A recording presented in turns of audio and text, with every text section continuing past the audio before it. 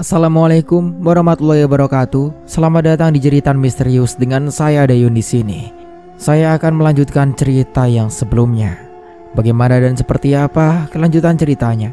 Tentunya tak usah berlama-lama, langsung saja kita masuk ke ceritanya. Di kamar Ivan, semua temannya berkumpul sambil meminum sebuah wine dan memakan cemilan lainnya. Kalian pada diganggu sama si Arumi gak sih? Tanya Alan. Iya, gue dibikin heboh sama si Alan tadi. Gue sama dia dibenturin di aspal jalan sampai berdarah. Tapi pas kita mau buktiin sama Pak Nanang, darah sama sakitnya hilang. Timpal Alif. Iya, mana kita dibilang mabuk lagi? Rutuk Alan. Iya sama. Tuh si Ivan teriak histeris, katanya lihat si Arumi. Mana teriaknya di depan abahnya lagi. Gue juga sama sih lihat juga.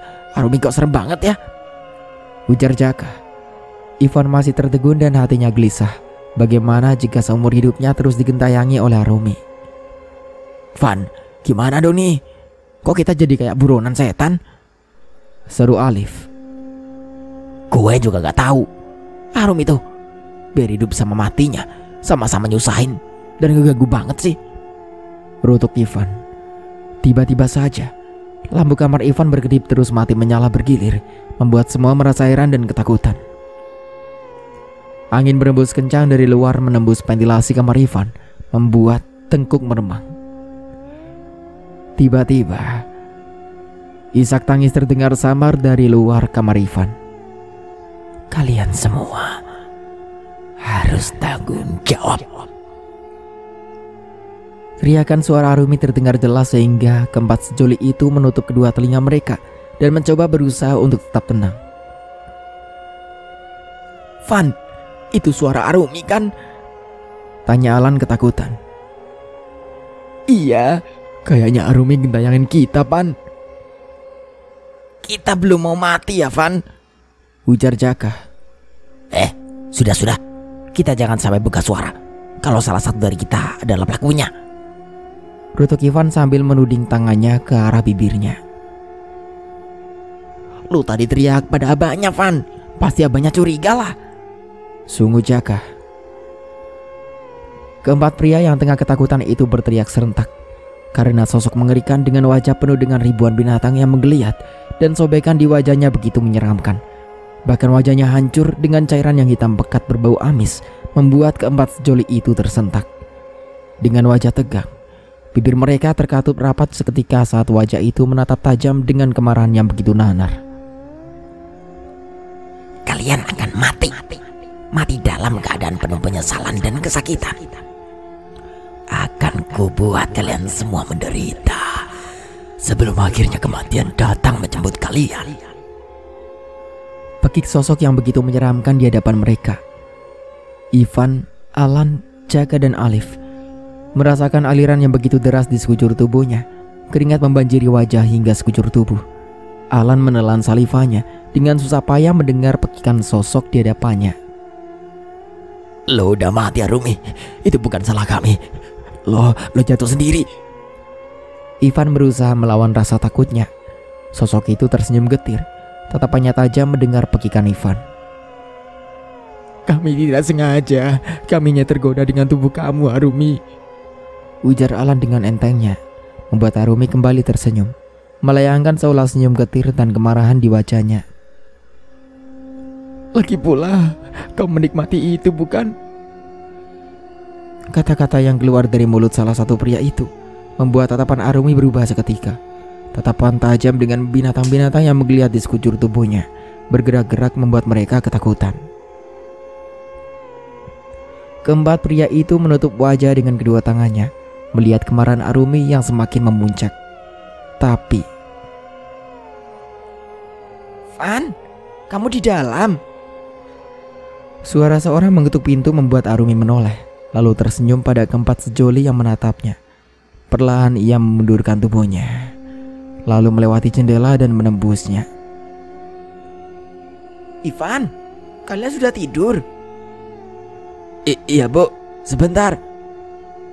Ivan beranjak lalu membuka pintu kamarnya dengan berpura-pura baik-baik saja. Setelah dirasa baik, ia pun membuka pintu dan melihat sosok ibunya yang lagi berdiri menatapnya lekat. Ada apa? Kemana teman-teman kamu? Gak apa-apa, Bu. Kami lagi nonton film horor, Tante. Jadi kami lagi tegang-tegangnya karena si Alif penakut, saut Alan yang tiba-tiba ada di belakang Ivan. Oh alah. Oh ya, besok malam ibu sama ayah ada acara di kota. Kamu gak apa kan kami tinggal? Lama, Bu. Sekitar 2 minggu. Emang kenapa? Tumben, kok sepertinya gak mau ditinggal? Kuda ninda ibunya kepada Ivan. Wah, Om Bagas sama Tante mau ke kota. Jangan lupa oleh-olehnya ya, Tan. Kuda balik Alan. Ivan mencubit perut Alan sehingga ia memaki kesakitan. Apa-apaan sih lo? Sakit tahu? Ngapain minta oleh-oleh? Kalian ini? Ya nanti akan tetap bawakan. Sudah, jangan bertengkar. Oh iya, ibu ada pesan. Kamu selama ibu tinggal jangan macam-macam ya. Harus bisa urus kebun sama temani Abah Joko. Abah Joko? Ya, kenapa kok kaget gitu? Kamu kan biasanya begitu. Itu kan Abah udah ada Ferry, Bu. Kenapa harus sama Ivan juga? Ferry harus bantuin Pak Rojak di desa Lubuk karena ada pantauan dari kota lagi. Pantauan? Pantauan apa? Sudah, kamu ini kayak wartawan aja. Ibu istirahat dulu. Kalian juga istirahat ya. Ninda pun meninggalkan Ivan yang masih berdiri meminta jawaban. Namun Alan memintanya agar tidak terlalu peduli dan meninggalkannya berdiri di ambang pintu. Di lain tempat, terlihat rumah panggungnya begitu sepi. Lampu yang terlihat meremang di kegelapan menambah kesan mencekam. Di dalam sana, Abah tengah duduk menatap lembaran foto yang ia dapati dari kamar putrinya. Kesedihan, kehilangan itu masih Abah Joko rasakan.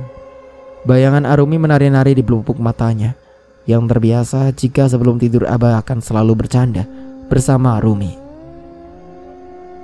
Nak, Abah rindu kamu, lirinya dengan butiran bening yang mengangati kedua pipinya. Siapa yang tega melakukan ini padamu, Nak? Abah termenung mengingat bagaimana Arumi yang selalu bahagia saat bersamanya, meski ia terhempas kehadiran dari orang lain. Namun Arumi tak pernah memperlihatkan kesedihannya, meski banyak di luar sana yang selalu menghina dan merendahkan kekurangannya. Apa tidur? Ini udah malam. Tita Aida yang menghampirinya. Abah Joko menyeka air matanya yang sudah terlanjur jatuh membasahi pipinya, menutup album foto usang dan menyimpannya di nakas. Abah mau sampai kapan terus meratapi kepergian Arumi? Dia gak akan bisa balik lagi, Bah, ujar Aida. Abah merasa ada kejanggalan dengan kematian Arumi, dah. Abah yakin ada seseorang yang tega mencelakai Arumi. Alah, palingan anak itu main-main ke sana sampai jatuh dari balkon, saut Aida. Abah tertegun. Ia tak lagi menimpali apa kata Aida karena bukti pun tidak ada. Ia segera menarik selimut dan kemudian merebahkan tubuhnya di kasur, kemudian memejamkan matanya. Abah, Abah. Arumi menangis di hadapan Abah Joko menutupi wajahnya yang cantik dengan rambut yang menjuntai. Arumi, benarkah itu kamu, Nak? Ada apa, Nak? Apa yang terjadi dengan dirimu? Jelaskan pada Abah, Nak. Abah, tubuh Arumi sakit sekali, Bah. Arumi diperkosa, Arumi ditendang, Arumi juga dipukul, Bah. Lirik Arumi sambil menangis tergugu di hadapan abahnya. Jantung Abah Joko serasa sangat sakit, menusuk sampai ke rongga dada. Siapa yang melakukan itu padamu, Nak? Ia tak menjawab. Arumi hanya terus menangis terseduh sampai akhirnya menampakkan wajahnya yang tampak hancur. Banyak hewan melata merayap di wajahnya. Darah yang hitam pekat berbau anyir itu membuat Arumi tak terlihat cantik lagi, melainkan menyeramkan. Langkah kaki Abah Joko melangkah mundur, tapi ia memejamkan matanya dan menangis, memberanikan diri untuk menghampiri putrinya dan meraih tangan Arumi yang kasar dan penuh luka sayatan. Darah yang bercucuran di tangan Arumi tak membuat Abah Joko merasakan jijik. Beritahu Abah siapa pelakunya, nak. Abah janji Abah akan membalaskan semua perilaku bejat mereka terhadapmu. Tutur Abah Joko dengan suara parau karena isak tangis menyesakkan dadanya. Ayah mana yang sanggup melihat keadaan sang putri hancur lebur tak sempurna lagi. Arumi tak mengungkap apapun pada Abah Joko. Ia menangis hanya seakan membutuhkan pelukan hangat dari sang ayah. Arumi, dengar Abah. Balaslah pelaku jahat seseorang yang membuatmu seperti ini, nak. Tita Abah Joko. Angin berembus kencang, menyamarkan bayang-bayang Arumi yang kian menghilang. Tangan Arumi yang digenggam Abah Joko pun perlahan tertepis. Abah Joko hanya bisa menangis, mengikhlaskan kepergian putrinya meskipun merasa berat. Ia harus menerima bahwasanya putrinya sudah berbeda alam dengannya. Arumi, Arumi, teriak Abah Joko sambil menangis. Bah, Abah, bangun, Bah. Aida menggoyangkan tubuh Abah Joko yang tertidur sambil berteriak menyebut nama Arumi. Matanya terbuka, bersama dengan bulir bening hangat yang hampir saja terjatuh. Ia langsung terduduk melihat ke sisi ruangan mencari keberadaan Arumi. Kemudian saat tersadar semua hanyalah mimpi, Abah Joko meraup kasar wajahnya dan segera beringsut dari tempat tidur untuk membasuh wajahnya. Siapa yang berani melecehkan putriku sampai kejadiannya seperti ini? Ucap Abah Joko dengan suara parau setelah membasuh wajahnya. Ia pun kembali setelah selesai membasuh muka. Tapi saat ia melewati ruang tengah, ia melihat Abah berjalan menuju ruang tengah yang terang remang. Terlihat sosok wanita yang duduk di kursi usang miliknya sambil tertunduk. Rambutnya yang panjang tergerai sehingga menutupi sebagian wajahnya yang tampak memucat. Bu, ngapain ibu di sini? Ini udah malam. Tanya Abah pada sosok wanita di hadapannya.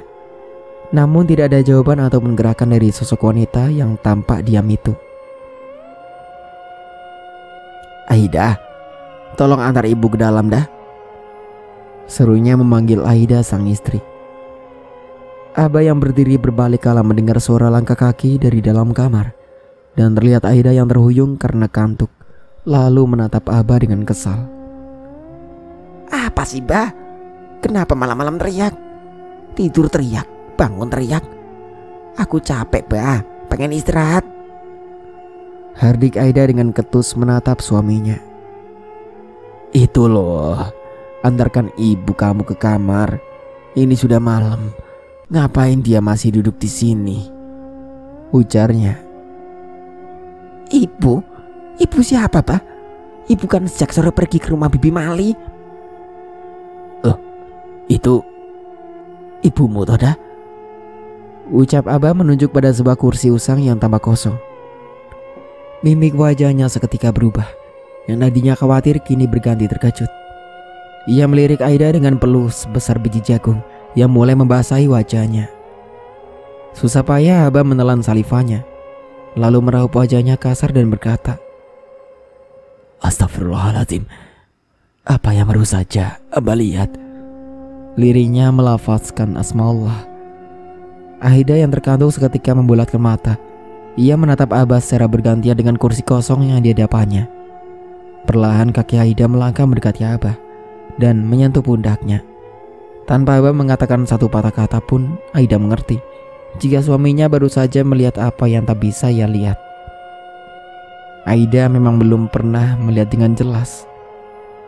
Namun melihat ibunya dan Abah yang terkejut setelah melihat apa yang dikatakan dia, Aida mulai merasakan ketakutan yang membuat tubuhnya gemetar. Abah lihat apa? Tidak ada. Hanya kelelahan saja sepertinya bayi ini. Ya sudah, mari kita istirahat lagi. Tanpa menjawab, Aida mengikuti langkah kaki suaminya. Dengan sekilas melihat ruangan yang tambah gelap karena lampu memang sengaja dimatikan. Pagi terlihat cerah. Suara ayam berkokok jika kicau burung membuat kesan asri di desa Seraji. Abah dan Aida tengah duduk di bangku reot di depan rumahnya. Secangkir kopi dan umbi rebus tersedia di sampingnya. Dengan perasaan resah, Abah yang selalu terbiasa jika sebelum pergi ke perkebunan ia akan melihat Arumi di hadapannya. Abah rindu Arumi, Bu, ujarnya. Iya, lalu mau diapain, Bah? Mau dibawa lagi itu mayat dari kuburan ke rumah? Ketus Aida menjawab kata-kata suaminya. Bukan begitu. Ayo kita lihat Pak Hasan. Dia katanya kayak orang sawan karena semalaman pas lagi ronda ngeliat setan. Apa? Kok bisa ada setan? Ya mana saya tahu, Bah. Abah yang hendak menyanggah kata-kata sang istri terhenti kala mendengar suara ribut di seberang rumahnya. Beberapa pria tengah berkerumun membicarakan seseorang, membuat Abah penasaran dan beranjak menghampiri mereka semua. Permisi, maaf Pak, ada apa? Saya tadi nggak sengaja dengar, ucap Abah pada pria yang lebih muda darinya.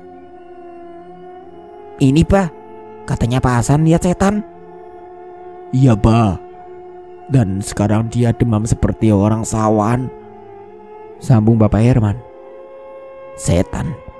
Di mana ada setan, Pak? Kalian ini ada-ada saja.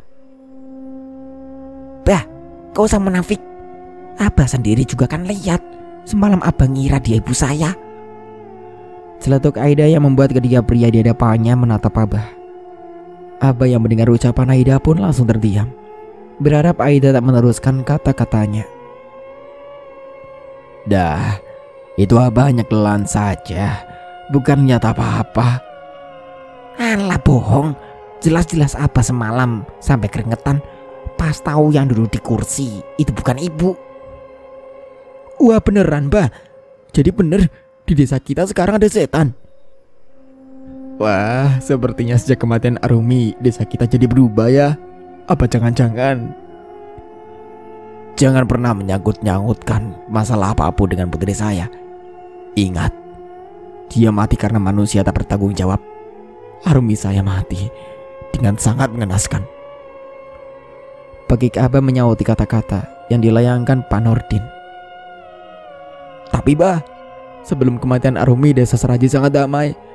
Tidak pernah sekalipun ada orang yang melihat setan, timpal Jojo. Iya benar.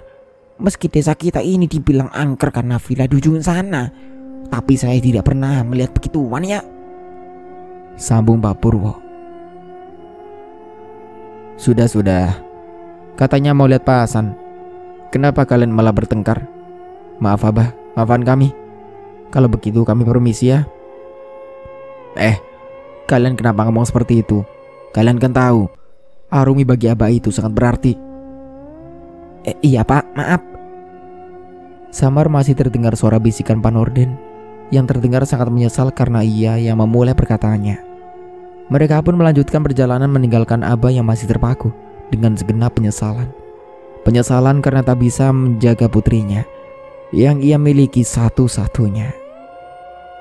Di satu tempat, rumah Pak Hasan tengah dipenuhi oleh beberapa warga dan Pak Dirman sebagai RT di sana. Mereka sengaja tengah menjenguknya yang memang kabar yang begitu cepat tersebar. Para tetangga penasaran dengan kabar yang ramai jika Pak Hasan ini ditatangi sosok hantu berwajah hancur dan mengerikan. Pak, apa benar Bapak bertemu hantu yang menyeramkan? Tanya Pak Dirman. Namun Pak Hasan terlihat diam dengan wajah pucat. Bibirnya terus gemetar dengan keringat yang terus membasahi wajahnya. Setiap pertanyaan seakan sulit untuk dia jawab, bahkan seolah ia masih terasa di sana Pak, tolong istighfar. Ingat Allah, Pak. Ucap Pak Dirman lagi.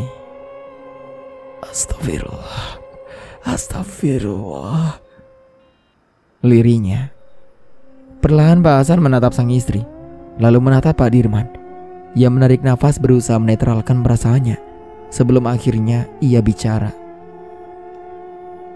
Saya melihat wanita yang sangat mengerikan, Pak.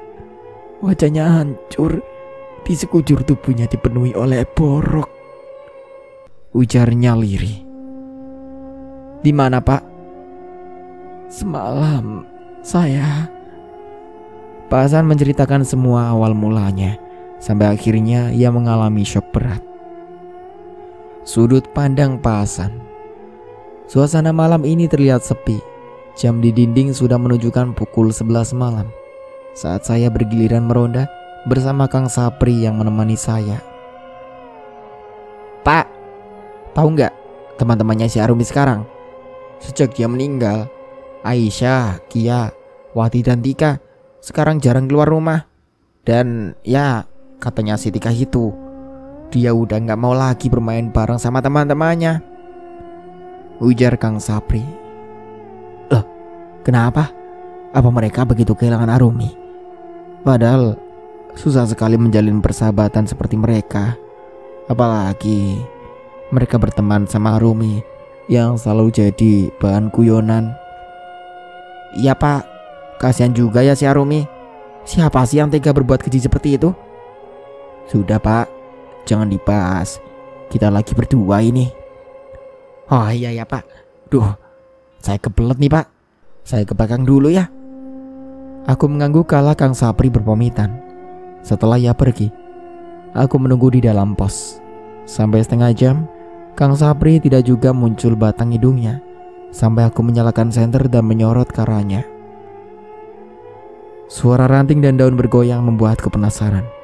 Aku pikir Kang Sapri tengah bercanda dan hendak menakut-nakutiku. Kang, jangan bercanda Kang. Saya sendirian ini. Angin menerpa wajahku. Rasa dingin menekuk hingga ke tulang. Bahkan bulu kuduku ini berdiri semua karena perasaan takut yang semakin hinggap. Kang, jangan main-main. Saya takut loh ini, ujarnya lagi. Namun masih tidak ada jawaban, dan malah bau amis dan bau busuk yang menusuk hidung menyeruak sekitar semak. Tubuhku sudah gemetar tak karuan. Keringat dingin pun sudah membasahi wajah dan sekujur badan. Bau bunga melati pun kian tercium, beriringan dengan bau yang sangat menyengat dan seolah mengaduk isi perutku dengan kuat. Ah, bau apa ini Kang? Akang lagi berak ya? Dan tiba-tiba, setan Kang, tolong, ada setan. Aku berteriak sekejang mungkin kala sebuah kepala bergantung di hadapanku. Wajahnya sangat hancur, tubuhnya dipenuhi borok, bahkan kulitnya pun mengelupas. Darah mengalir dari setiap borok yang terlihat sangat menjijikan. Aku lari tunggang langgang meninggalkan pos ronda. Entah di mana Kang Sapri berada, aku tidak peduli. Tubuhku rasanya seakan tak bertulang. Lari tanpa mau menoleh ke belakang, dan saat sampai di halaman rumah, pandanganku sudah sangat buram. Bahkan saat hendak mengetuk pintu, pandanganku menggelap semua. Astagfirullah, menyeramkan sekali penampakannya ya, ujar Aida yang duduk di sebelah Lilis, istri Pak Hasan, yang masih memijat tangan suaminya. Semua bungkam. Tak berani bicara karena takut kalau Abah Joko tersinggung bila mereka bicara kalau hantu itu adalah Rumi, putrinya. Karena setelah Pak Hasan selesai bicara, melihat Abah datang ikut melihatnya. Abah Joko pun terdiam. Ia tak yakin kalau putrinya gentayangan dan jadi perbincangan yang menggemparkan di desa Seraji. Tapi memang benar, semenjak kematian Arumi, mereka mendapatkan teror dan penampakan yang begitu mengerikan. Di perjalanan pulang, Aida menegaskan kalau hantu itu adalah Arumi. Tapi Abah Joko menyangkalnya. Tidak mungkin Arumi dah, sontak Abah Joko. Siapa tahu memang dia. Dia gentayangan karena belum tenang kan? Mungkin dia mengantui siapa pelaku yang buat dia mati. Sungut Aida. Mengucap kata seperti itu, Aida tersentak dengan sendirinya karena ia juga selalu berlaku tidak baik pada Arumi. Terakhir sebelum Arumi meninggal, Aida mematahkan pergelangan tangannya karena merasa kesal dengan anak tirinya itu. Setelah tiba di rumah, Aida langsung menyiapkan makan siang karena Lia juga sudah datang dari menginap di rumah Bimali. Nek Lia membantu Aida membuat kayu api karena ingin memasak air dalam dendang besar. Sementara Aida sibuk memotong sayuran untuk ditumis. Air keran yang dinyalakan itu mengalir deras. Suara bising keran air yang menyala membuat Aida mendengar isak tangis yang begitu samar. Aida mendelik dan memastikan keran air itu untuk mendengar isak tangis itu. Suara keran itu berhenti. Isak tangis itu pun menghilang. Tengkuk Aida sedikit meremang dan ia menyalakan kembali keran air untuk mencuci beberapa sayuran yang akan dimasaknya. Ibu, ampun bu, sakit. Rintian terdengar seperti membisik di telinga. Aida mendelik dan mencari di mana suara itu berasal. Perlu mengucur karena Aida merasa ketakutan. Saat ia melirik ke arah jendela yang terbuka, ia melihat sosok perempuan dengan wajah hancur sedang menatapnya tajam. Teriak Aida yang berisut mundur sampai ia terjerembab di lantai karena lantai licin. Ibu, tanganku kenapa ibu patahkan bu? Sakit. Rintih Arumi yang terus mematung di jendela. Wajahnya penuh belatung. Air matanya berdarah sehingga bau busuk tercium. Ampuni saya Arumi, saya tidak sengaja. Rengek Aida yang masih menadang mundur. Ibu, sakit. Teriak Arumi sekali lagi. Tidak, saya tidak bersalah. Kau mati bukan karena aku. Teriak Aida yang justru segera berdiri mengambil sayuran yang ia genggam dan segera melemparnya ke arah Arumi. Abah Joko dan Nek Lia yang mendengar Aida berteriak ketakutan segera menghampirinya. Aida, apa yang kau lakukan? Kenapa semua sayuran kamu buang? Tanya Abah Joko. Aida terhuyung lemas dan hampir pingsan, tapi segera ditopang oleh Abah Joko. Kamu kenapa dah? Tanya Nek Lia yang membantu Aida terduduk di kursi. Abah Joko segera mengambilkan air untuk diminumnya. Aida segera mengatur nafas dan perlahan melirik ke arah jendela yang masih ia lihat Arumi terus menatapnya. Singkirkan anak tengil itu. Tita Aida berteriak sambil menudingkan jari telunjuknya ke arah jendela. Abah Joko dan Nek Lia melihat ke arah jendela. Tak ada siapapun yang mereka lihat di sana. Siapa yang kau maksud? Tanya Nek Lia. Aida tak menjawab karena ia takut kalau ia menjawab Arumi, Abah Joko pasti langsung kepikiran. Ia juga tak ingin mengakui kalau dirinya pernah membuat tangan Arumi patah. Aku tidak sengaja. Tenang Aida, tenang. Bukan kau yang membunuhnya. Batin Aida mencoba untuk tetap tenang. Bayangan Arumi menghilang setelah menatap lirik abahnya yang mencari di mana keberadaan putrinya. Arumi tidak ingin menampakkan diri pada sang ayah sebab ia takut kalau Abah Joko bersedih melihat wajahnya yang nampak hancur lebur seperti ini. Arumi terus menangis, meratapi nasib dan menahan kerinduan yang tak bertepi sebab kebersamaan dengan Abah Joko tak mungkin bisa ia rasakan lagi. Tugasnya kini hanya balas dendam. Ia tak akan membiarkan siapapun yang telah mencelakainya. Hidupnya akan tenang. Untuk sementara aku cukupkan dulu ceritanya sampai di sini. Sampai jumpa kembali di part berikutnya. Saya Dayun pamit undur diri. Kurang lebihnya mohon maaf. Wassalamualaikum warahmatullahi wabarakatuh.